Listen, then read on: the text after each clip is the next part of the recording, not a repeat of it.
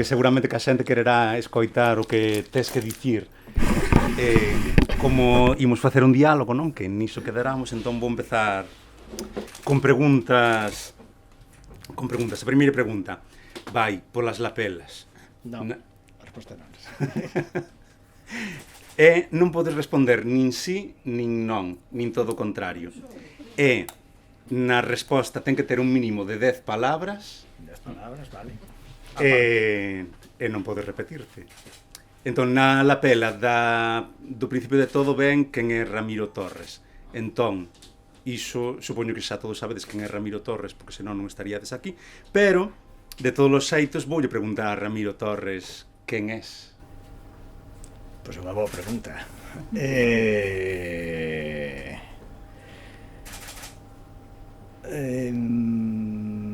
Curiosamente, hoxe hai aquí persoas que me coñecen de varios aspectos da miña vida. Para algúns fun un ex-compañero de traballo, para outros fun un alumno de linguas, para outras persoas son parella, para outros coñecido, amigo. Se eu tivese que definir máis ou menos agora mesmo como me sinto, eu falaría de que, e o que tamén teño posto en algún espazo, defino un pouco como un pesquisador do presente, é dicir, como unha persoa que intenta averiguar e contactar con todo o que está acontecendo, todo o que me e o que nos rodea, e que intenta ver iso desde unha mirada digamos de adulto, pero que tamén acolla todo aquilo que fun aprendendo, todo aquilo que fun sentindo e percibindo. E aparte diso, unha das maneiras que teño de plasmar, digamos, ese pesquisar no presente e os froitos dese pesquisar no presente, en concreto a través da palabra poética, non?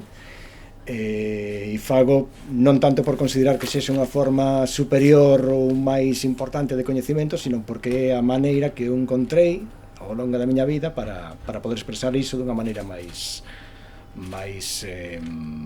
profunda, non? Ou máis completa, se se pode dicir así. Entón, que é o presente? Pois mira, o presente ten como mínimo ten dúas partes, non? Está o presente do tempo no que estamos, está o presente que nos rodea, toda a sociedade, todas as circunstancias persoais, individuais, colectivas, etc. Toda a enorme cantidad de cousas que están pasando, que parece que desde que dun tempo esta parte, parece que o presente se está convertendo nun territorio movedizo, onde moitas cousas que nos parecían como dadas ou xa que non podían voltar atrás, de alguma maneira sí que están voltando atrás ou poden voltar atrás, co cual tamén temos unha exixencia de ser máis conscientes de que sin estar constantemente defendendo o que somos e o que queremos ser, calquer tipo das correntes que está vendo agora mesmo nos poden levar por diante. E por outra parte, esa sería unha visión do presente, e logo, en paralelo, sin ser contradictorio, sino vinculado a iso, tamén está o presente entendido como un certo espazo onde o tempo de alguma maneira se difumina e podes conectar máis con algo máis potente, non? Que podemos chamar como a propia forza da vida e que está aí sempre como en segundo plano, porque estamos máis ocupados en tratar con ese presente que definir en primeiro lugar, e que creo que ademais olvidar que hai esa outra forma de estar no presente como máis ampliado, máis consciente, máis conectado con todo o que nos rodea e o que levamos dentro, creo que tamén é moi importante. E creo que tamén, en grande maneira, eses perigos que decía que había nesa primeira versión, digamos, do presente, se acrecentan se non temos tampouco esa capacidade de conectar co que nos corresponde nese presente ampliado, non? Con esa forza que levamos dentro. Ben, agora continúo con ese presente. A pregunta é que dis que és un pesquisador. Iso venme a cabeza o de pesquisador, o da profesión, e aínda coa lapela esta do comezo, ven que és da Coruña. E agora viña escoitando na radio que estaba xogando, que ia xogar ao Liceo da Coruña, a dificultade que ten xogar contra o fútbol, xogar contra o hóquei, ou xogar contra a Coruña con ñ, ou NH, ou NH, que tanto de ti ten iso, e dende cando ese presente por decidir que a Coruña sexa unha palabra con NH ou NH e non con ñ? Pois a ver, eu con Coruña teño unha relación de cercanía, de afecto, porque ao final moito do que prácticamente a enorme parte da miña vida, o 90 e moitos por cento da miña existencia estivo ali, por tanto o lugar onde naces e onde te crías ten unha vinculación moi forte, non? Porque ao final todo o que o teu presente e toda a túa constitución como persoa está vinculado a ese lugar. Que ocorre tamén que cando estás nun sitio tamén, e cando levas aí prácticamente toda a tua vida, tamén coñeces e és consciente tamén de todas as cousas que non che agradan tanto dese lugar, ou que a xente que hai neste caso na cidade da Coruña, pois hai parte da xente pois que tampouco tería demasiado trato, dicir, non me sinto tampouco como dicilo, coruñés como un símbolo de identidade, non? Ao mesmo tempo, é unha cidade como todas, como pode ser Vigo, como pode ser Pontevedra ou calquera cidade de aquí ou de calquer lugar, é unha cidade que tamén se está construindo constantemente, e tamén depende moito de como enfoques o teu vivir, o teu conectar co que te rodea, a tua maneira de vincularte coas persoas que máis queres, ou a tua intención de que simplemente unha cidade sexa un lugar onde estás, por así dicir, o teu, sin máis, ou mirando cousas que te poden interesar a curto prazo, ou ben si queres facer do lugar onde estás, sexa como sexa de partida, sexa como o encontres cando vas tendo máis consciencia e vas sendo máis maior, por así dicilo, que é o que faz a partir de aí e que é o que pos niso, non? Si simplemente como que te rendes un pouco o que hai e deixas que a xente que hace na cidade pois que sexa como sexa e tú vas simplemente o teu e miras desde un punto de vista máis egocéntrico, digamos, máis o que te interesa, ou ben si te apetece emitir unha mensaxe máis profunda desde o teu presente, de alguma maneira, pero que tamén vislumbre un certo futuro e que poida permitir que esa cidade vaya máis. Entón aí preguntabas un pouco que non sei se era como pode ser Coruña, como sería esa Coruña de que eu gostase, ou como podría facer eu que Coruña fose outra cidade. Non, como é esa Coruña para ti con NH que para outras persoas pode ser con ñ? O sea, porque a elección da norma... Simplemente porque me considerei que a maneira máis coherente na miña práctica de escrita de escribir en galego, e ter en conta toda a historia común que existe entre o chamado galego e o chamado portugués. Chega un certo momento que estás, digamos, preconfigurado ou configurado inicialmente desde o ñ, por así dicirlo, desde a consideración de que o galego tal e como está escrito na chamada norma oficial é a forma correcta, e en algún momento, dependendo tamén de con quen te encontres ou de como mires para dentro, de como vayas comparando ese galego con outras formas de galego portugués, chega un momento en que ti podes escoller, non? De alguma maneira entre as dúas, cal che parece máis coherente, e nun momento determinado, respeitando as dúas, porque entendo as razóns que poden levar a unha persoa legitimamente a escribir nunha norma e tamén noutra, a mí me parece máis coherente a versión en NH, neste caso. Aí non topas máis dificultades a hora de publicar, porque xa é difícil escribir, bueno, escribir é difícil tamén, pero conseguir que alguén lea o que escribes, e conseguir que haxa unha editorial e unha editorial. Claro, aí son dous temas, non? Que un é si hai... Eu tive bastante sorte porque o primeiro libro, o Esplendor Arcano, foi froito dunha especie, podemos chamar, de autoedición colectiva do grupo surrealista galego, que no seu momento, despois de falar internamente, se decidiu que a primeira publicación fose a miña, e aí, sabendo que a miña opción gráfica, non houve ninguna pexa nese sentido.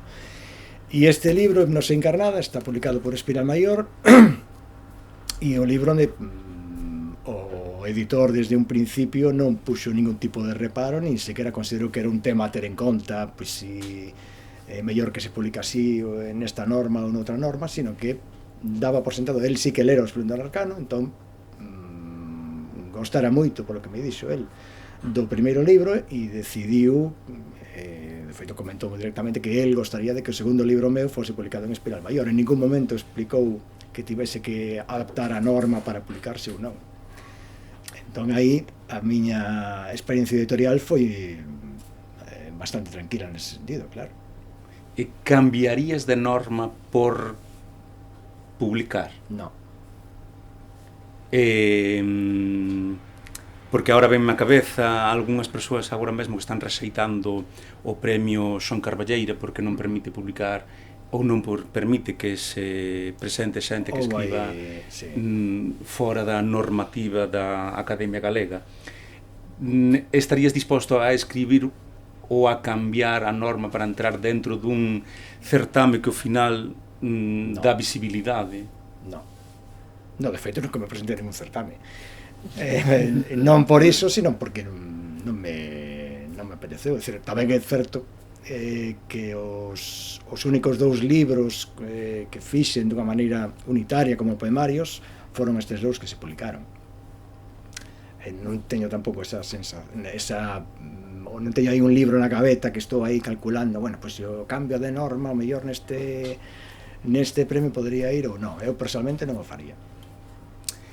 E agora a seguinte pregunta vai pola outra parte da lapela, pola editorial Espiral Maior, que ten unhas publicacións, bueno, que agora síntome esa parte na que teño que dicir que a editorial é moi boa, o escritor é moi bo, esa parte do comezo na que teño que dicir que é o mellor poeta que existe en Galicia, estamos na mellor librería do mundo, esa parte que nunca lembro de dicir, o primeiro non, pero o segundo é discutible. O segundo nunca digo porque Cartabón é estar en casa, entón para min non é estar na casa, non necesito dicir que estou ben.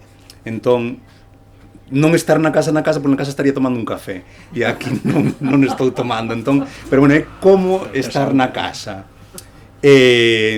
Bueno, que a auga tampouco me vai moito, pero bueno, non me desvío porque senón teño unha capacidade de desviar bastante grande, como me desviaron algúns dos títulos dos poemarios que están aquí na outra lapela. É algo que me parece tamén interesante, porque no momento que temos un libro, tamén esas lapelas son parte do libro. Entón, parte delas son esas autoras, eses autores que teñen poemarios aquí que son impresionantes. Entón, como non podo responder nin sí nin non, e tes que responder en máis de 10 palabras, que autores e que libros recomendarías deses que están na lapela do libro? Pois agora que non reparar. Vale responder que non liches ningún deles tamén. Ou utilizar a inteligencia artificial en que non podes utilizar o móvil neste momento. Lin 2 deles, lin 3, e os 3 os recomendo. Son o de Paulo Bouza, Como o ruido que fan as portas das igrexas ao pecharse. Paulo Bouza é un poeta de creo que de Ferrolterra, quero lembrar, e vive perto de Coruña, en Culleredo, e é un poeta que pertence a un tipo de escritor que a mí me parece moi interesante, que é aquel que non fai demasiado ruido, tamén o poemario Como o ruido que fan as portas das igrexas ao pecharse.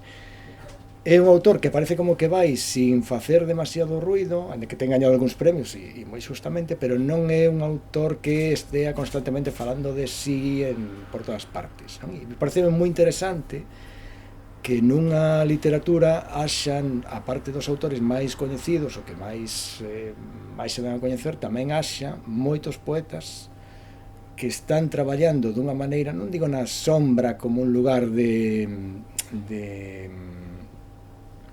como un lugar afastado, un lugar onde foron deitados ali, sino que traballan na sombra por unha escolla persoal, non? Porque prefiren ir elaborando un discurso propio, probablemente sin tanto ruido das redes, tanto ruido dunha cousa de outra, e van elaborando varios poemarios que teñen todos eles bastante calidade, non? Que son libros que, salvo que o mellor vayan a unha libraría, a unha biblioteca e os podes a mirar e tal, non che van sobre en principio. E eu creo que esa cantidade de xente que fai este tipo de traballo realmente está creando un fondo común, colectivo, que é moito máis importante do que parece, non? Eu sempre son partidario de que haxa máis de que nun sistema literario, digamos, haxa moitas obras de moitas persoas máis ou menos coñecidas, que o feito de que haxa 2, 3 figuras moi relevantes e que parece que esas árbores tapan todo o resto do bosque.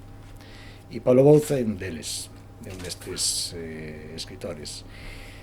Despois outro que lín foi o de Amor palimpsesta, de Elena Salgueiro,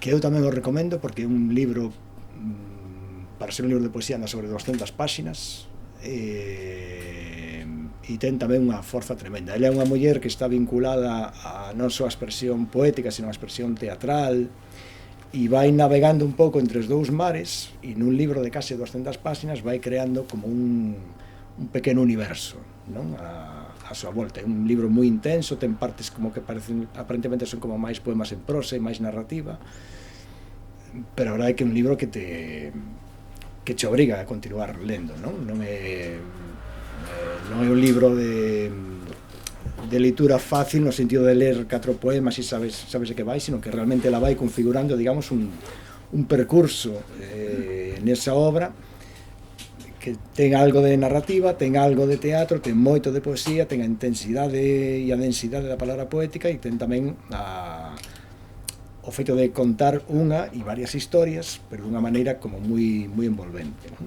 E é outro libro que tamén recomendaría moito. E o terceiro que lín foi o Desertos de Miguel Sande, que é unha reedición ampliada dunha obra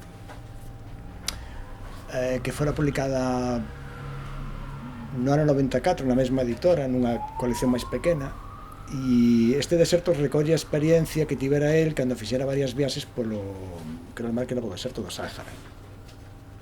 E é unha escrita como moi concentrada, está entre o poético e o aforístico, e neste caso, neste libro, recolle, fai unha especie de reedición desa primeira obra e despois continúa con outra parte que ten unha estética máis actualizada para el, onde vai dialogando co anterior, co tema do deserto, que como ocorre na poesía, cada palabra e cada concepto ten, na medida en que vas parando nela e vas repousando e vas lendo e relendo, a propia palabra vai gañando cada vez como máis resonancias, non? Aparecen como máis vínculos con esa expresión que veñen dun lado de outro. E na segunda parte deste libro el fai eses vínculos, esa ligazón co primeiro libro que publicara, e ao mesmo tempo vai creando novos poemas, xa dunha maneira menos aforística, menos contida, sino máis ampla, non?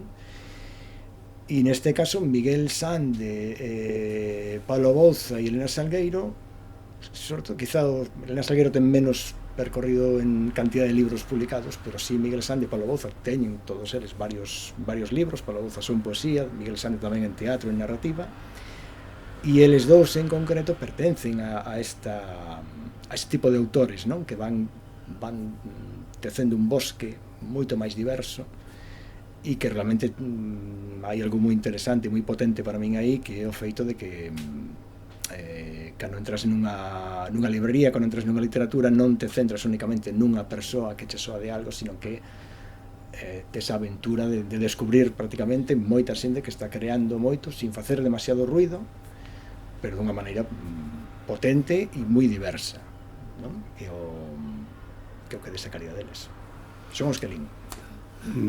Ben, eu aí tamén engado que Elena Salgueiro me parece fabulosa, Amor palimpsesta pareceme unha caixa de relámpagos. Non sei, é que iso de dicir que é o mellor do último ano, non sei, porque as comparativas son absurdas, é diferente, pero a min encantou. Escribe desde un lugar moi diferente, moi propio.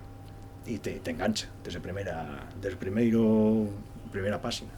A min enganchoume pola temática, pola forma, polo texto, pola diferenza entre esa poesía, prosa poética, os versos, a violencia verbal, pareceme unha viaxe maravillosa que me leva a seguinte pregunta, que é, agora xa, o título, pero a miña idea, eu mentres lía, pois veñeme a cabeza outras lecturas, entón aí sí que é imposible que non me veñan comparacións.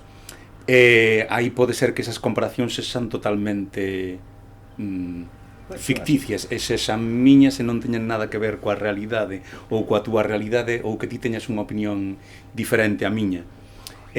O primeiro, antes desas preguntas que tiña na cabeza, é sobre o surrealismo, porque escribiches a través do grupo surrealista galego, entón eu aí quería preguntar se é surrealismo ou é creacionismo. O primeiro, os dous. Eu creo que os dous teñen máis elementos de surrealismo, non? Eu co surrealismo, digamos, teño unha relación en xeral, non? Coa creatividade poética. Recorrendo un pouco o que dicías ti antes, na poesía pasa algo un pouco extraño, sobre todo para a xente que non lee habitualmente poesía, que na maior parte dos xéneros literarios soe ver como unha especie de concatenación, unha especie de lógica máis ou menos narrativa ou semesaística, non? Hai algo que leva a isto leva a isto, e xa queda todo explicado, ou case todo explicado. Na poesía non. Na poesía, e mesmo como creador, a medida que vas creando o propio poema, de alguma maneira vai como gañando vida, te vai levando un pouco por onde el quere, e cando acaba un poemario o lees, o relees e o volves ler, encontras moitas cousas das que ti non eras consciente, e a veces que hai outras persoas, como pode ser o teu caso, por exemplo, que lee este mesmo libro e pode encontrar cousas que ti ni sabías que estaban aí, pero que, e esta é unha característica que para min é moi significativa da poesía, non é tan importante se a versión ou a forma de comprender un poemario que teña o autor é a forma válida, e o resto están como intentando achegarse o que esa persoa quere transmitir e tal, senón que cada interpretación e cada persoa que se chega en cada momento, en cada leitura a un libro de poemas, está creando de alguma maneira o ler está recreando de alguma maneira o que o autor quiso dicir, por cual non hai unha versión autorizada ou válida de entender se un poemario ten un sentido ou non, ou si mesmo se trata de que unha persoa entendeu o que o autor quiso dicir, e entón o autor sería como unha especie de guerrilleiro que le vai colocando minas e pequenas bombas no camiño para que non chegue a saber o que realmente importa, que o que o autor sabe. Na poesía non pasa así, polo menos na miña forma de entendelo. Iso serve un pouco para dicir que non hai unha versión autorizada e válida dun poemario e outra que non, sino que todas teñen a súa validez. Entón se pregunto se hai algo nos títulos das obras, algo de Bunbury, acerto ou non? O sea, acerto, quero dicir, concordas comigo ou non? Pois mira, eu sinceramente non teño escoitado prácticamente nada de Bunbury. Co cual a resposta é conscientemente non. Inconscientemente, que Bunbury de alguma maneira, cando cree literariamente, cando cree musicalmente, haxa parámetros nel que poidan ser relativamente parecidos a pois pode ser. A veces que hai sincronicidades, ¿no? Por así decirlo. Es decir, pode haber persoas que simultaneamente, sin coñecerse de nada ou sin ter coñecemento unha de outra, escriban ou creen desde espazos interiores moi parecidos ou de maneiras parecidas. Explícitamente non. A min os títulos recordaronme algunhas cancións del, e despois o que me recordaron a outros autores, e aí volvo outra vez tamén o surrealismo, que tamén está moi presente en Bunbury ou en Héroes del Silencio, son as primeiras páxinas, e a primeira páxina son os ollos as imaxes que hai. Imaxes cheas de ollos, imaxes que me recordan non solamente a Buñuel, senón tamén a Lorca, o uso da poesía e da imaxe, unha imaxe onde hai un sol ascendente, un sol que o envolve todo, e un sol de onde saen moitísimas palabras que son as que van surdindo ao longo de todo o poema, como dador de vida. Entón, aí é a pregunta canto hai de, ou se si concordas comigo que hai presenza de Buñuel, de Lorca. E hai presenza de todo o surrealismo, e hai presenza de todo o que teñamos cercano. Cando te posa crear, saibalo ou non, todo o que viches, liches, sentiches, percibiches, intuiches, de alguma maneira aparece aí no poema. E volvendo un pouco ao surrealismo, para mí o surrealismo me parece moi interesante como corrente estética, pero tampouco me quedo como aí dicer, pues, teño que facer unha estética que se parece ao surrealismo, porque o surrealismo é a con A maiúsculo, forma máis válida de escribir poesía. Pues, non necesariamente. Dicer, para min é unha maneira de escribir, é como como un referente de liberarse e de desautomatizar a propia experiencia persoal, vital, a forma de ver o mundo, a forma de considerar que a realidade ten unha lógica determinada e que temos que quedar únicamente nesa lógica a hora de crear. E o surrealismo, igual que moitas outras correntes, no, que houve ao longo da historia e que haberá, foi quizá a que máis cerca de nós intentou de alguma maneira como reventar desde dentro un universo ou unha creación poética que no seu momento e no seu espazo, sobre todo en Franza nos anos 20, estaba como máis anquilosada, non? Como que estaba máis pendente quizá das formas. E o surrealismo que quería, ou por menos o que transmiten os seus textos e os autores, o que transmite Buñuel, o que transmite Lorca, o que transmite Breton, o que transmite mesmo xente que estivo vinculada co surrealismo francés, tipo René Char, non? E que despois crearon dunha maneira tan autónoma en que todo o que había no surrealismo lles interesaba, pero eles non estaban preocupados por pertencer formalmente ou non ao surrealismo.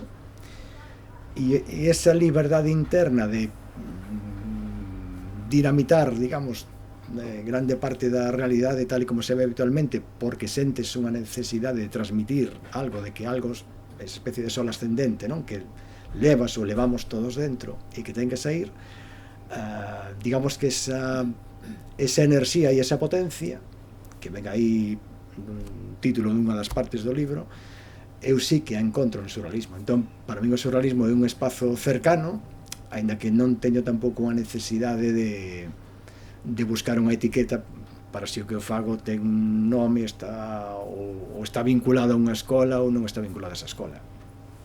É unha escola ou unha corrente. Aí eu volvo outra vez ás correntes, porque ademais dese surrealismo e desas imaxes de autorías anteriores, a min recordoume o libro a unha viaxe dende o ceo ou dende o máis alá ata o máis acá. Recordoume outro ismo que é o creacionismo. Recordoume a viaxe de Huidobro baixando dende...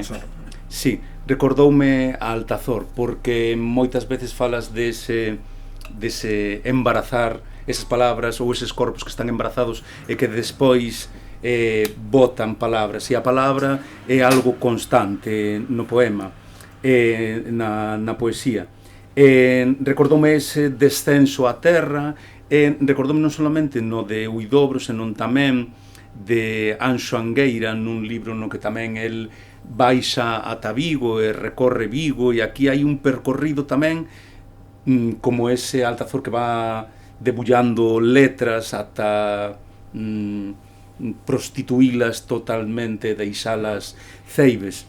Entón, aí a pregunta é sobre ese reino de palabras esculpido coa lava do universo que tanto ten, ou tamén se concordas comigo que Huidobro se inspirou en ti, ou ti en Huidobro, ou C, ningunha das dúas?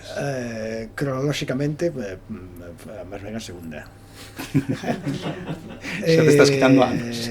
Claro, o que pasa que si é certo un pouco que volvo a que comentaba antes, non? Hai moitas veces bueno, que tamén hai xente que escribe, o sea que si queredes opinar en calquer momento podes facelo, non?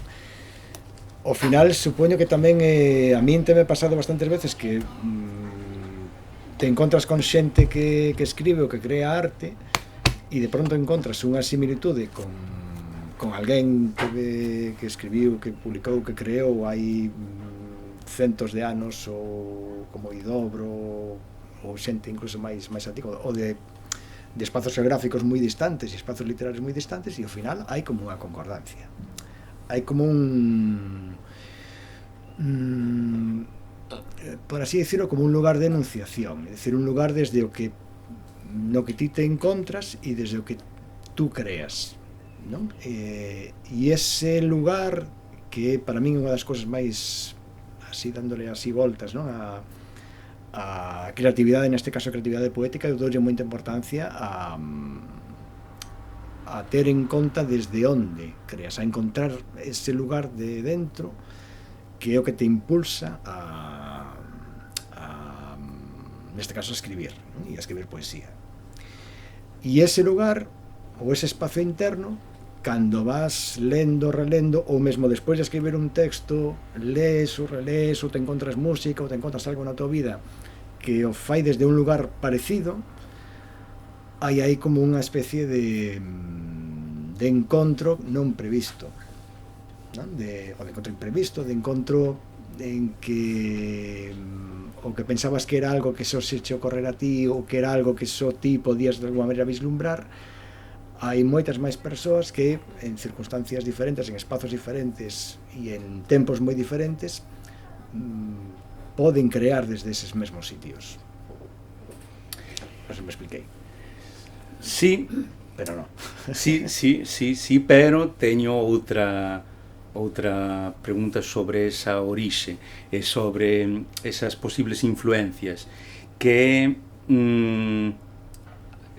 un tema moi manado que é a vida, o sexo, a morte, e que a min me recorda moitas veces a Biblia, a Xénese, o comezo, o desprendernos da carne, desprendernos do alfabeto para que teña outra importancia a palabra e que a terra sexa nai das nosas palabras, do que calamos e do que dicimos. Entón, aí a pregunta é sobre que árbores hipnóticas desa xénese son acertadas. Ou seja, se estás de acordo comigo outra vez, con que tamén hai influencia desa xénese bíblica da evolución. A ver, inevitablemente cando naces nun contexto determinado e cando naces en Europa, ao final tes referencias dese tipo, saibalo ou non. Eu personalmente vexo máis si vou máis un pouco a metáfora isto do Big Bang, non? De como que hai un momento en que hai unha compresión de alguma maneira da realidade e estoupa. Pero referíame como texto literario, non como crenza. Referíame a Biblia como texto, como metáfora. Como texto literario, onde hai diferentes relatos que contan, pois neste caso, a creación do mundo, e onde hai, pois... Hombre, que se miras prácticamente calquera tradición cultural, prácticamente toda ela falan de algún momento da creación do mundo, non? Ou da súa visión ou da súa metáfora do que é a creación do mundo. Ao final sempre hai como unha especie de punto primeiro que é como o detonador, digamos, que provoca que realmente como que o mundo apareza, en certa maneira, non? Como metáfora. Se fixas en prácticamente en calquera texto, tanto bíblico como espiritual, por así decirlo, ou calquera texto científico mesmo que fala do Big Bang, por exemplo, estamos falando de diferentes metáforas do mesmo. E, en certa maneira, iso que hai debaixo, que o que falabas ti de varias metáforas que están vinculadas a iso, é un pouco unha metáfora de que eu percibo e saen bastantes poemas tamén do libro anterior. Hai unha especie de visión de que realmente hai como unha enerxía moi potente que nos está en todo momento conformando e que nos está atravesando en certa maneira, non? Eu utilizo moito a metáfora e me parece moi potente a hora de crear da lava, do volcán, etcétera, etcétera. Por qué? Porque realmente percibo que hai iso, ¿no? que a propia vida non é unha especie de lugar inerte onde estás sen máis, onde pasan cousas sen demasiada importancia, sino que a miña percepción é como que a vida é un lugar onde constantemente se está recreando o mundo, de certa maneira. E desde aí intento conectar poéticamente, non? E esa percepción, esa lava, esa forza que sae de fondo, ten ese... é un dos motores do poema e neste caso da miña escrita, e si se pode considerar como unha metáfora máis cercana a que pode ser un texto bíblico, pois sí, tamén é unha metáfora parecida. E aquí é todo como unha especie de, como que estamos falando metafóricamente de varias maneiras, como nunha especie de espiral, non? Onde volves pasar polo mesmo sitio pero con algo que cambia, pero estamos falando basicamente dun mesmo proceso creador, non? Tanto externo como interno. Seguindo con ese proceso creador, agora voulle facer a pregunta ao público, porque eles son os que teñen que dicir, porque a min esta imaxe sí que me parece bastante moi visual, que é moi chamativa e que sí que ten un nome, un apelido. Voamos no subterráneo con espigas nas pupilas. Non vos recorda? Non, a ti sí. Ou só a min me recordou. Vou dar dúas pistas. Coruña. A pista non é moi boa. Maruja Mayo. Non. Eu vin aí neses versos. Conscientemente non, pero está. Claro, a espiga no fondo ven sendo como a espiga nas pupilas, ese voar no subterráneo, esa imaxe de fondura, de mar, de rescate, de busca. Para min aí as espigas, que repito, a miña interpretación, pero non é a forma de entender únicamente desa maneira o poema. Para min as espigas está máis vinculado como a creatividade, non? A propia vida que está constantemente creando e recreando e recreándose continuamente, non? Entón esas espigas que están dentro das pupilas é como que hai algo da vida que está constantemente volvendo e creando vida e que está dentro das pupilas, é dicir, que nos leva a ver e desde aí creas. Esa é a percepción miña. Aceptamos. E agora si unha pregunta. Como verso de compañía. Unha pregunta para ti que ten que ver con iso de compañía, porque é de cor lila. É de cor lila, o que pasa que non sei onde está a pregunta, pero tiña que ver coa cor lila. Entón, pois fago a pregunta, que para ti o lila? É que non sei onde está iso que ia preguntar. Aquí está. Un océano violeta avanza. Que é o océano violeta? Non vou dicir o que é para mí. Bueno, sí, despois sí que o digo. Sí? Sí. O digo agora, se queres. Non, porque se non copiasme. Non. Para ti que... Vou dicir que non.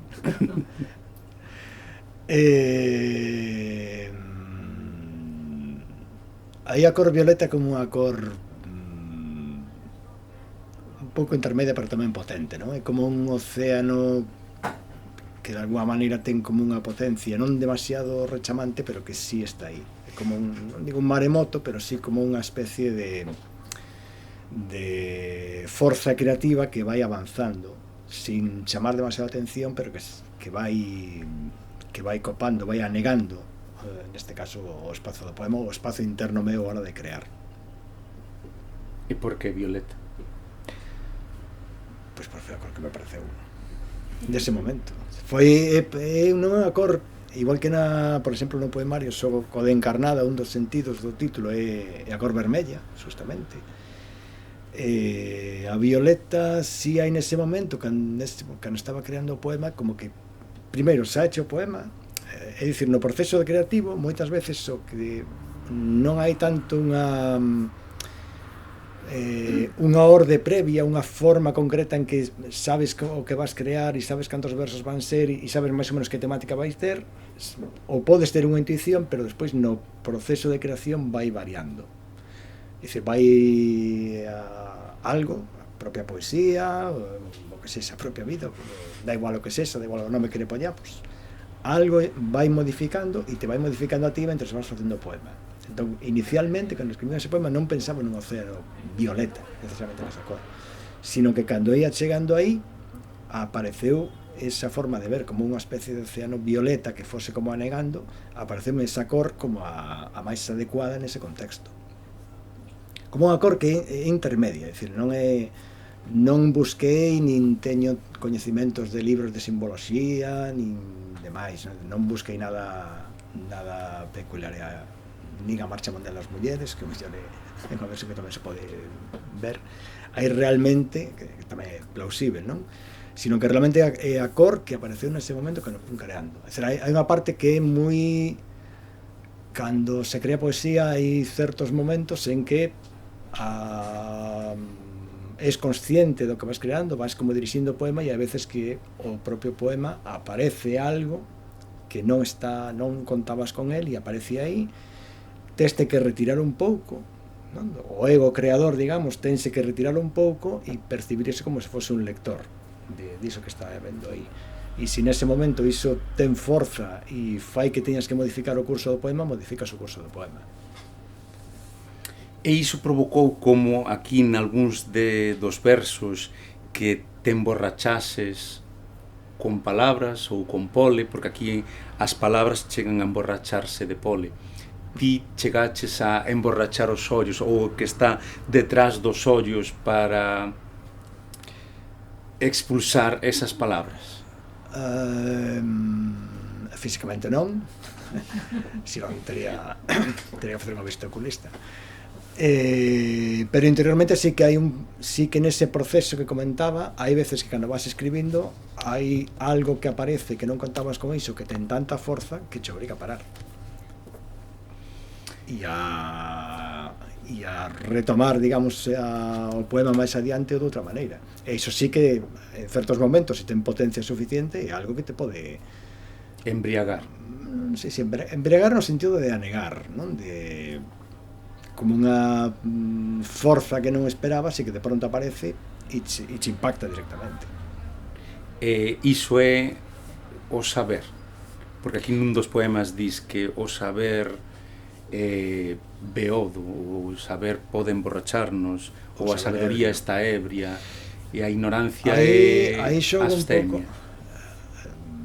Pode haber as dúas cousas, pero aí o de ebrio utilizo máis ebrio embriagado utilizo máis no sentido de algo, vai un pouco tamén no sentido do título de hipnose, non? Como algo que ten como unha especie de forza interna que te vai chupando, non? Pero que si vai facendo que a túa maneira de escribir ou que o que vai a ser nese momento teña como unha forza que non contas con ela. É como que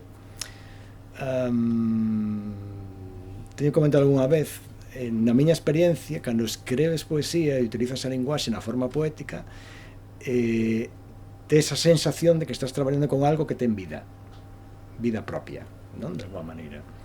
E esa vida propia, unha das metáforas a que acudo moitas veces é como embriagada, como que a palabra ten unha forza que fai que se produza unha situación en que ves algo, comprobas algo, experimentas algo dunha maneira que non é a forma habitual de facelo desa palabra, non? É como se a palabra saíse, digamos, do seu espazo ou da súa definición nun dicionario, como que se embriagase de alguma maneira, non? De unha forza que probablemente tiña dentro e que non estaba recollida no dicionario, que non estaba recollida na forma habitual de entendela, e que gaña forza e fai que aquilo que toca, neste caso un poema, teña unha intensidade maior do que tiña.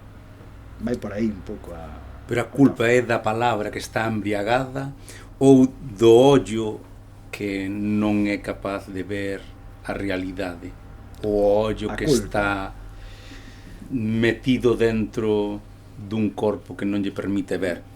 Porque aquí dis que vivimos sen ollos para o real e a sabedoría está ebria.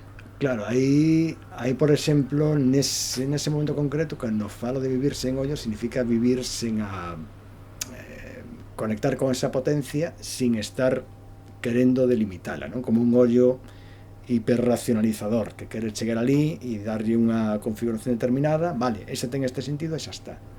Ese vivir sen ollos, en certa maneira, como se vivises cego, non no sentido negativo, sino que vivises cego a forma habitual de estar no mundo, de percibir as palabras e de percibir a realidade, non? E, por tanto, te abras de alguma maneira a que poidas, a través da palabra poética, que poidas conectar con algo máis que pode haber aí. Vai máis aí este de sen ollos. E que chega ata ese océano, esa viaxe que eu vexo como esa viaxe dende o máis alá ata o máis acá, que nos permite chegar por fin ata un océano onde se abre a linguaxe. Esa é a fin última do poemario, abrirnos as portas á linguaxe e a palabra. É abrir as portas a, como chamo eu ás veces, desautomatizar a linguaxe. É dicir, aí sí que entronca un pouco co surrealismo, non? O surrealismo que pretendía era coller habitual, incluso facía os cadáveres exquisitos, non? Que consiste basicamente en poñer dúas cousas, dous conceptos, dúas palabras que non teñen nada que ver, polas xuntas e de pronto faz que a túa forma de ver a realidade, ou a forma habitual ou automatizada de ver a realidade, que ten a súa función e está ben, de pronto nese momento gaña outra intensidade, gaña outra forza que te leva a outro lugar que está por experimentar e por escribir. É como coller a linguaxe, non é tanto que teñamos que chegar á linguaxe, na linguaxe está todo, sino que a linguaxe é en certa maneira unha ferramenta de contacto coa realidade. Entón, iso levame a outra pregunta: que é un poemario? Pois un poemario é no fondo é unha viaxe, non? É unha viaxe que faz persoalmente, unha viaxe que faz probablemente de dentro a fora, é dicir, é unha viaxe tanto interna como tamén de contacto coa propia forza que tes, e de alguma maneira o poemario que fai é como recoller, como se fose unha especie de película, como se fose unha especie de música ou neste caso a través da linguaxe poética, como que vai recorrendo toda esa viaxe, e ao mesmo tempo non se trata tanto dunha crónica pechada e definitiva, sino que é unha forma de que ese poemario, cando chega a outra persoa, provoca, en certa maneira, nesa persoa que tamén a súa viaxe se manifeste. Entón, se non está pechado, quere dicir que hai segunda parte do poemario, des? Sí. Segunda parte, non sei, haberá outro poemario. O que nunca está pechado é un libro de poemas. Un libro de poemas nunca está completamente lido e percibido e xa comprendín todo e xa está todo clarísimo, tal, non sei que, non, porque a linguaxe ten, da miña experiencia, ten moita máis forza e ten moita máis intensidade da que nos queremos. Iso provoca que moitas veces, dependendo de como esteamos ou dependendo do momento da nosa vida en que nos acheguemos a un mesmo libro de poemas, ese libro funciona e provoca un impacto interno diferente. Non está pechado nese sentido. En este momento, agora así pechado, a quen yo recomendaría ese porqué? Eu recomendaría... En que momento da vida dunha persoa yo recomendarías? A que momento da vida unha persoa? Pois probablemente nun momento en que esa persoa quisese como se cuestionase un pouco tamén a súa vida, non? Se cuestionase a vida diaria, se cuestionase un pouco a situación na que estamos. Pode ser un bon libro para estes momentos, non? Que parece que todo que nos rodea, todos os sistemas sociais, persoais, a forma que temos de estar no mundo, parece como que en certa maneira está como tremendo, como se fosse un terremoto por debaixo, e pode ser un bon momento para que de alguma maneira se contacte con outra forma que non é superior ou inferior, sino que é tamén outra forma de enriquecer a propia experiencia e tamén de contactar con algo que todos temos dentro que nos corresponde, que é traballar con nós e desde nós mesmos para aumentar tamén a nosa felicidade individual e colectiva. E agora espero que alguén máis diga algo, non? Se queredes. Resultou extraño que non se comparecera dous termos que a mí parecen fundamentais no pouco que coñezo a obra de Ramiro, non? Que por un lado é filosofía ou conocimento interior e por outro é emoción. É dicir, para mí o centro de gravedade da súa poesía, como el en parte explicou, por eso non asocio tanto ni ao surrealismo ni a outros poetas, sino nunha ascese que leva ou que procura un desprendimento de referencias concretas para intentar chegar a outra palabra significativa, a orixe, ao inicio, ao comezo, é dicir, que cousa é este bicho con esa enerxía? Eu creo que simplemente é unha forma de vida, como outras, o bicho. Pasa que é pensante e a partir de aí se organiza o lío, non? Pero, e despois eu, o das palabras, creo que, para mí, claro, a emoción non é, a forza non está tanto nas palabras como na emoción pensante que non está clara, porque a emoción é un fenómeno fisiolóxico arracional, é dicir, non se sabe de onde ven, non se pode explicar, pero síntese. Entón, ese é o enigma, ese misterio da emoción que a creación intenta explicar, en parte. E, no caso del, por eso vexo distanciado tamén dos surrealistas, hai unha vontade de pescudo de conocimientos surrealistas con deixar a mente en blanco e que o subconsciente camiñase, parece que lles abondaba. Non hai nada de deixar o subconsciente na poesía de Ramiro, sino que hai unha procura de enfrentar paradóxica e misteriosamente a emoción coa reflexión e en ese pulso, en ese intentar, pois a veces sale o poema. Sí, aí por exemplo, unha das diferenzas que eu, bueno, diferenzas non sei, pero unha das dos aspectos do surrealismo que en parte me parecen interesantes, pero que creo que se poden converter nunha especie de dogma, entre aspas, e que se pode falar de dogmas en surrealismo e poesía, é como pensar que únicamente a escrita automática, é dicir, deixar a man a escrever aí nun texto que saia e xa está, esa é a esencia, non? Para min iso, en todo caso, é unha ferramenta máis, non? E o surrealismo non deixa de ser unha ferramenta tamén de traballo, de indagación, de procura. Entón, no meu caso, sí que hai unha parte en que gosto de deixarme levar polo propio poema, polo que o propio poema vai levando, pero non é un deixarse levar e o que saia dai despois iso acaba sendo xa o poema, e ese poema canto menos se dé a voltas e non sei que, mellor. Non, eu son consciente de que ese poema vai fluindo de alguma maneira e eu en parte tamén vou levando ese camiño, non? Aí hai como unha especie de contradición no que digo, pero no meu caso é como me saen amigos poemas, non?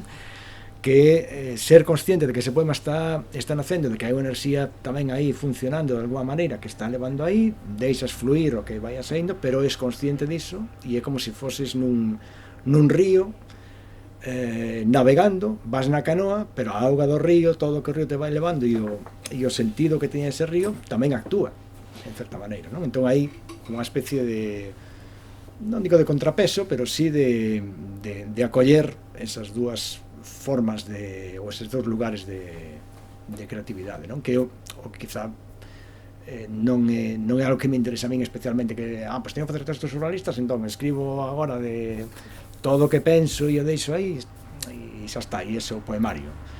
Iso en certos momentos pode servir e é unha forma de traballo, non? Pero non é algo que me preocupe especialmente, non? Estar vinculado se estou metido nunha ortodoxia, se estou traballando ben esta ferramenta ou non, sino que ocorre cando te posa crear desa maneira.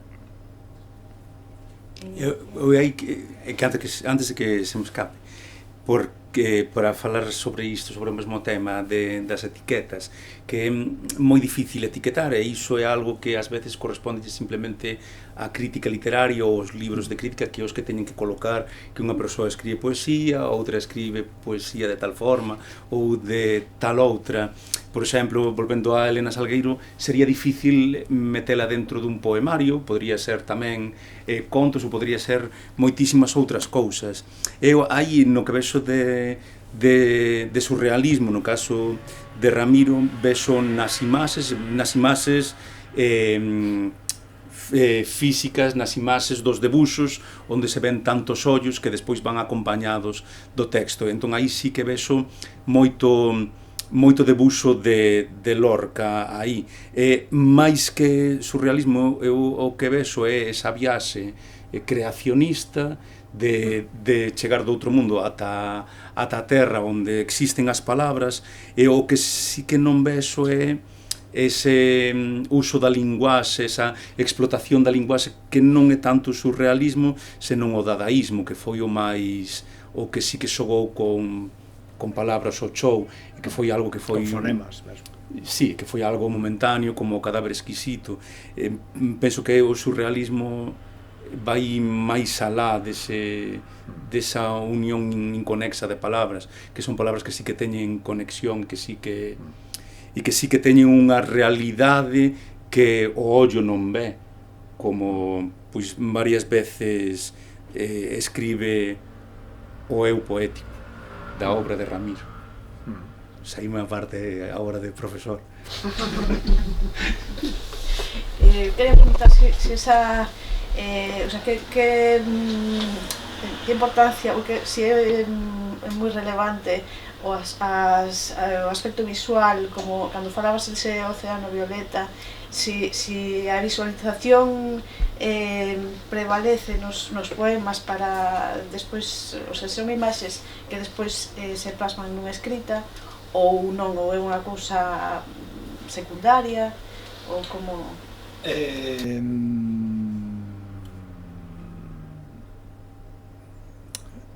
Ten a súa importancia e ao mesmo tempo non é algo que teña, non creo os poemas a partir de imaxes que se me van ocorrendo, sino que entras como nun proceso creativo e entón aí o poema vai cobrando forma, e nese momento hai veces que si se saen, digamos, imaxes ou metáforas nun momento determinado que máis ou menos es consciente e sábelas, e en outros momentos aparecen outras que non contabas con elas. Realmente iso leva un pouco tamén a pregunta de cando se acaba de facer un poema, non? Hai un traballo interno de ir sentindo o poema cando vai nacendo, de ir percibindo por onde vai, e tamén de intuitivamente non só ter en conta as imaxes, o traballo visual, o traballo metafórico, que iso é algo moi da poesía do século XX e tamén do século XXI, é dicir, que iso está aí, sino que no meu caso tamén hai outra maneira de achegarme a ese poema a medida que vai saindo, e dunha maneira bastante intuitiva, porque non teño un plano preconcebido. Chega un momento que ese poema percibes que che vai soando ben na medida en que o lees ou o relés, que van aparecendo cousas aí que te van enriquecendo, que cousas que podían estar antes máis ou menos pensadas ou non. E tamén hai outra parte da creatividade, que é cando non só traballas ou és consciente desa parte creativa de imaxes, de metáforas, sino que é a parte do ritmo ou dos sons. E aí o que fago sempre é ler internamente, como en voz alta interna, digamos, o poema varias veces para comprobar por onde vai e que é o que provoca en min, non? Até que chega un punto en que consideras que ese poema está acabado.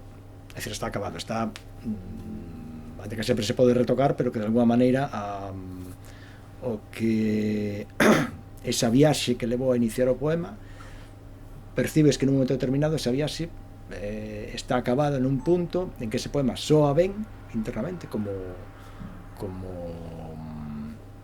non tanto como rima externa, sino como ritmo interno que ten o poema. É dicir, na medida en que o lees, como que se transmite unha forza determinada que como un leitor externo a él máis ou menos te pode convencer, ou crees que chega o momento concreto en que aí está, e aí ese misterio en certa maneira que rodea a poesía, porque ao final nunca podes explicar de onde ven ou a onde vai, non? Sino que traballas dunha maneira moi intuitiva nese momento en que tanto a parte de imaxes, a compensación, digamos, do poema, é dicir, que non teña idealmente o que sempre se busca é que un poema non lle sobre nin lle falte nada, pero iso é algo sempre intuitivo, e entón calibras se a parte de imaxes, metáforas ten forza suficiente, se o ritmo, como resoa dentro de ti ten esa forza, e se te transmite algo potente e que de alguma maneira chega a un certo punto en que non é necesario seguir, non? Como que seguir sería como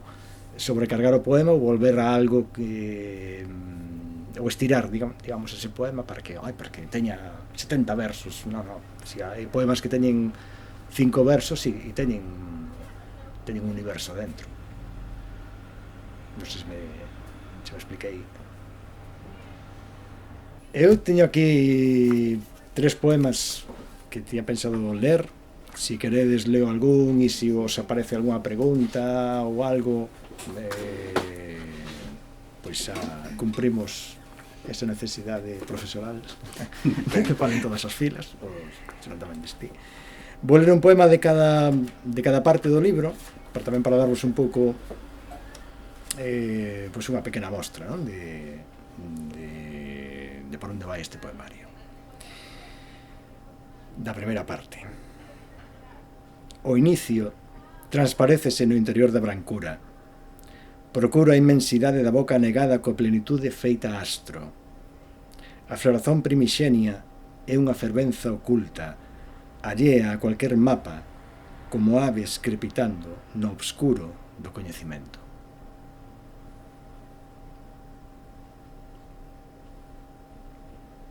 Se queredes dicir algo, podes dicir,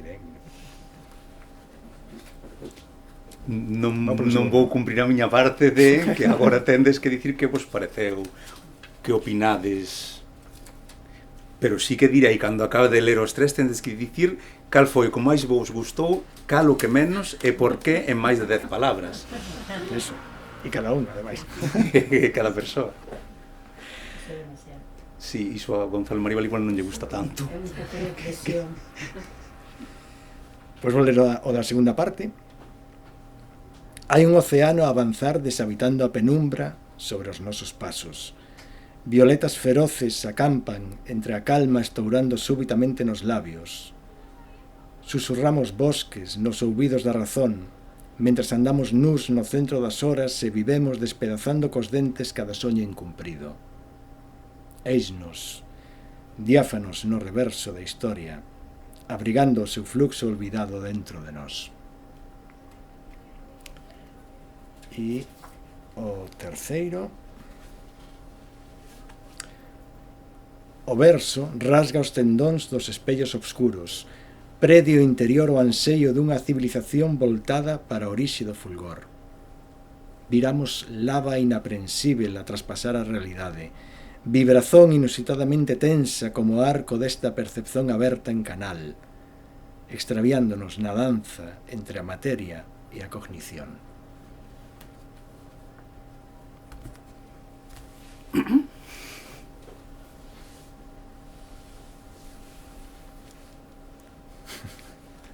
Tú que lles a eles, agora a elas, a eles.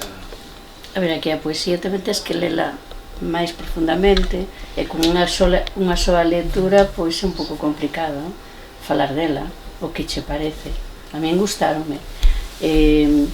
O terceiro gustoume moito, e o primeiro tamén.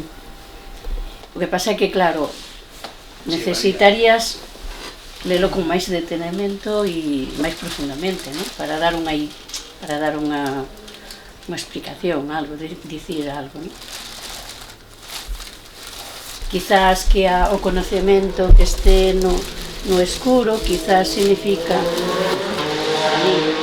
que o conocemento somos incapaces de descubrilo xa, quer decir, é algo que temos que ir profundizando e buscando, non? Procurando, pero que non é fácil de descubrir o conocemento.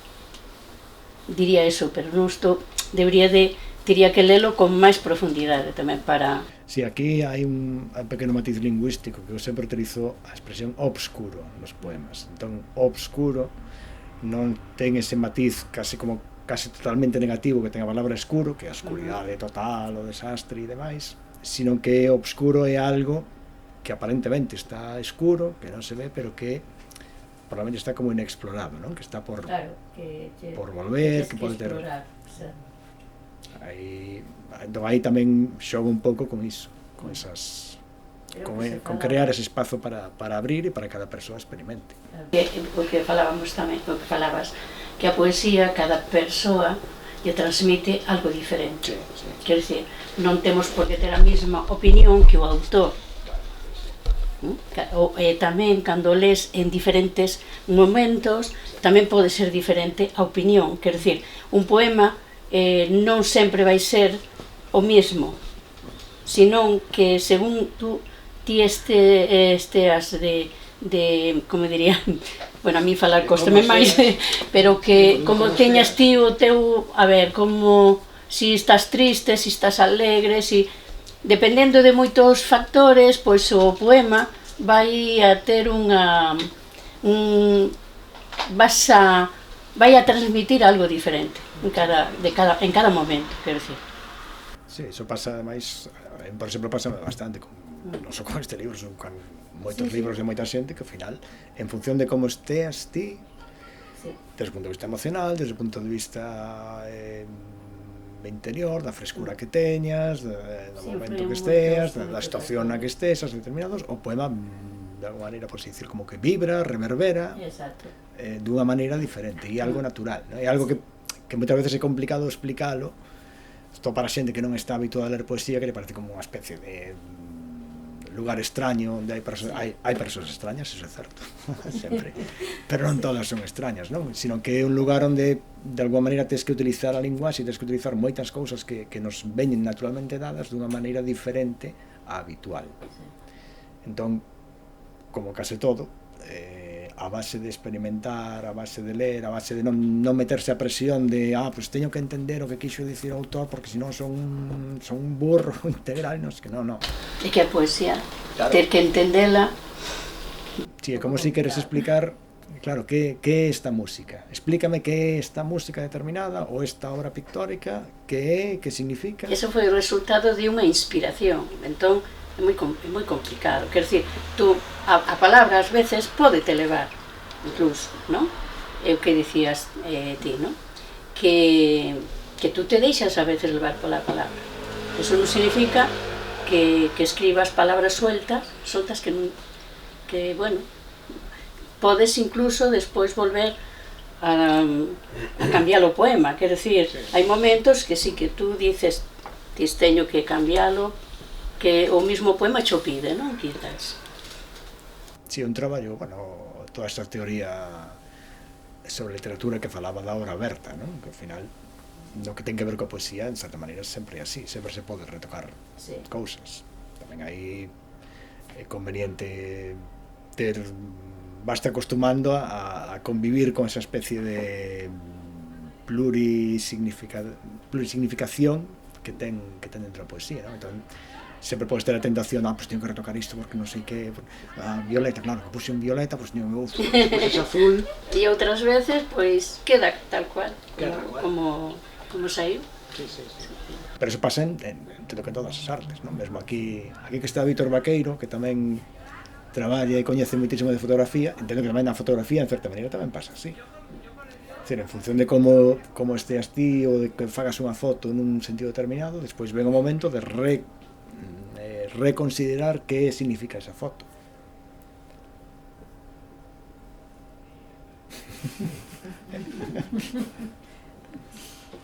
Non valía dicir sin ningún. Das palabras. Para mí non me vai, era establecida para Ramiro, non para mí. Xa deixo máis de 10 palabras. Bueno, conseguimos, entón. A mí levame a pensar o que estabades comentando,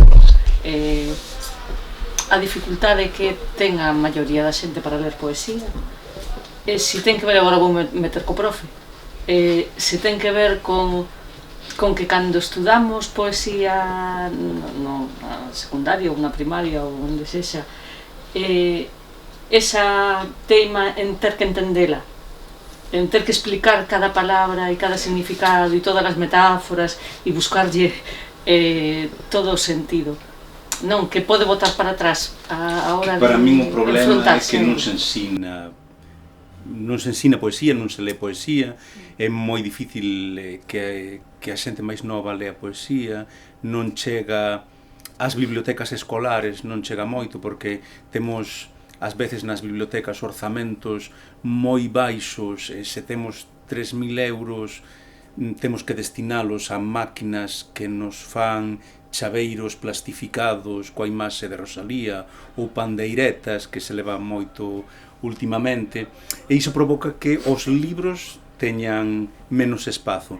Entón, se non temos libros, pero si temos máquinas para construir imaxes en 3D, é moito máis fácil achegarse ás imaxes en 3D.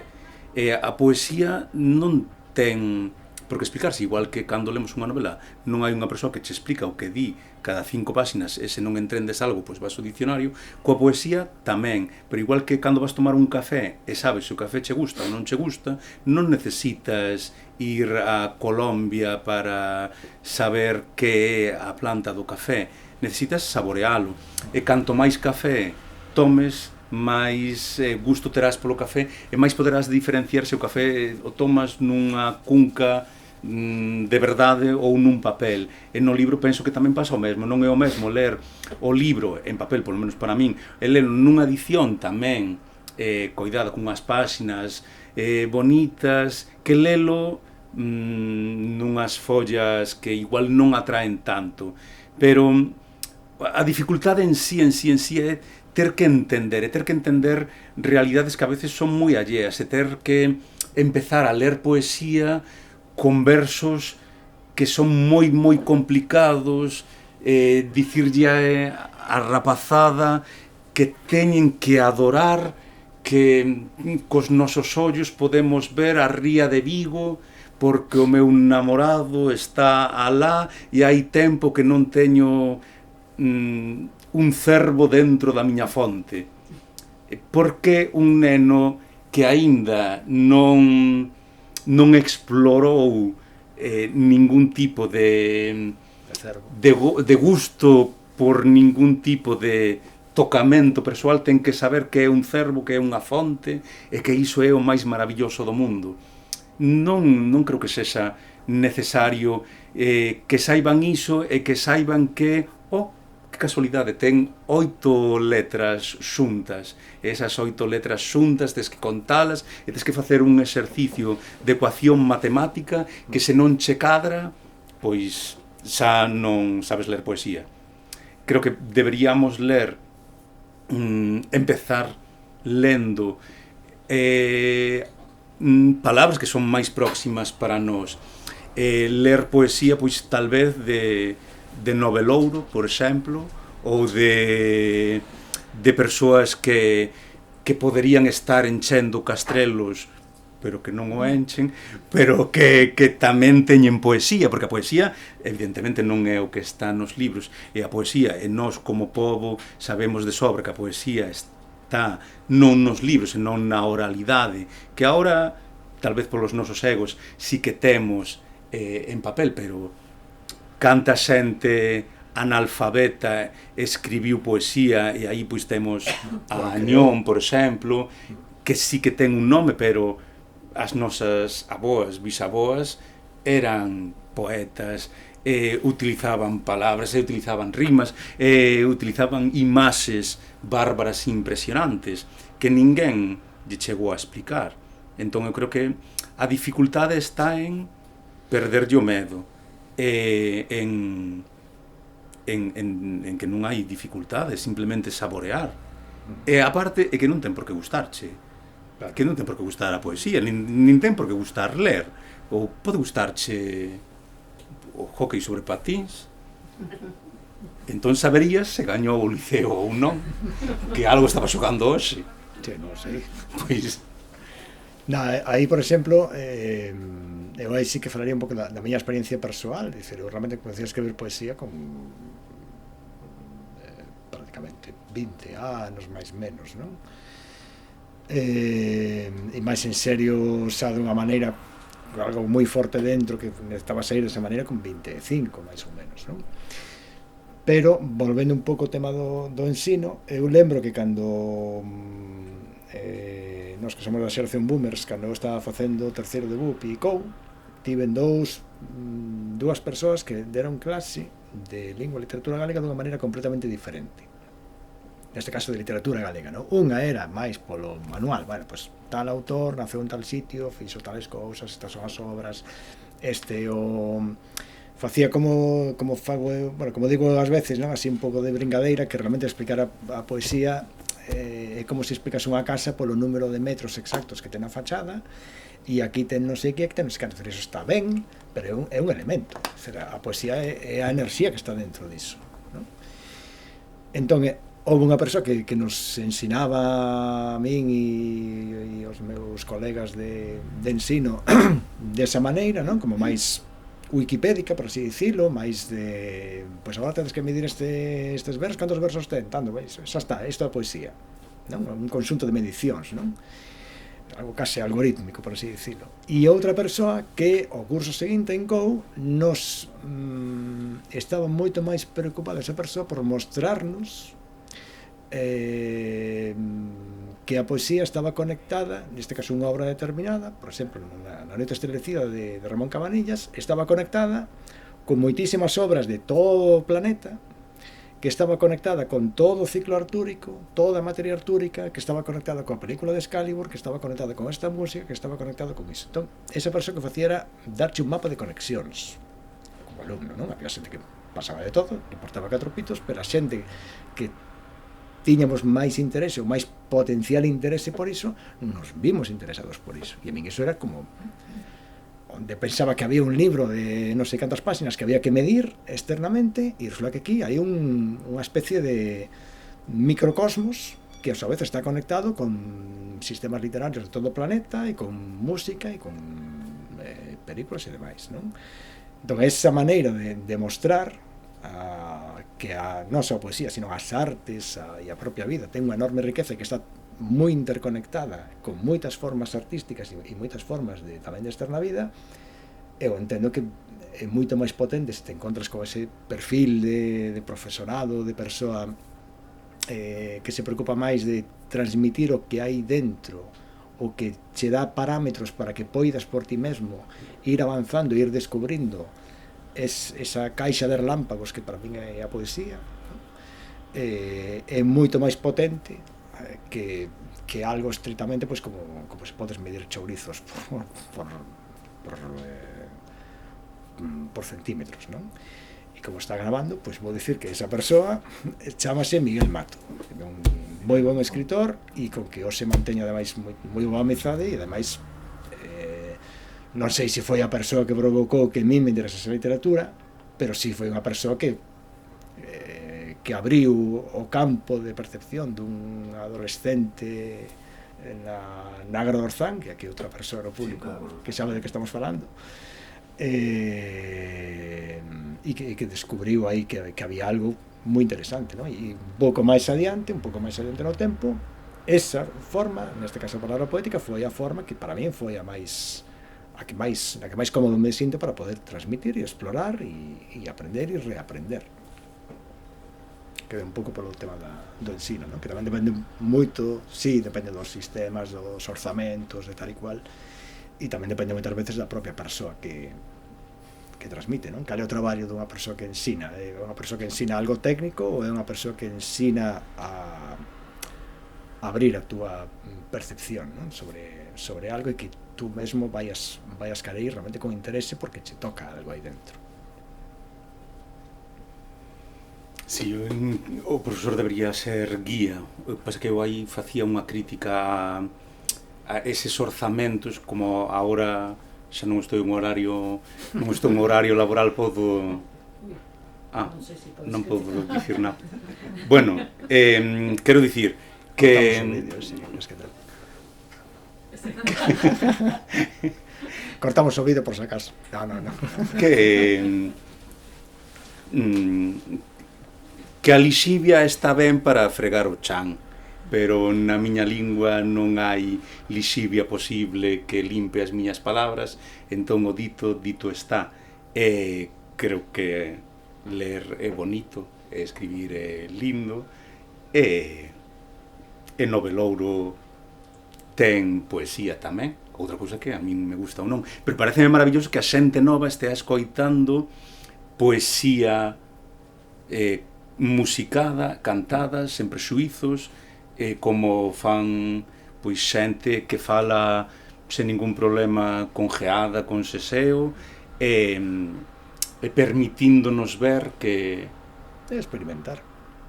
experimentar no propio ser, non? Como reverbera iso que che provoca. Al final iso é arte, non? É unha forma de explorar no sentido de non de explotar, sino de explorar e de descubrir, de abrirse o mundo. Entón, lede poesía si queredes. E se non queredes, comprade a... Claro.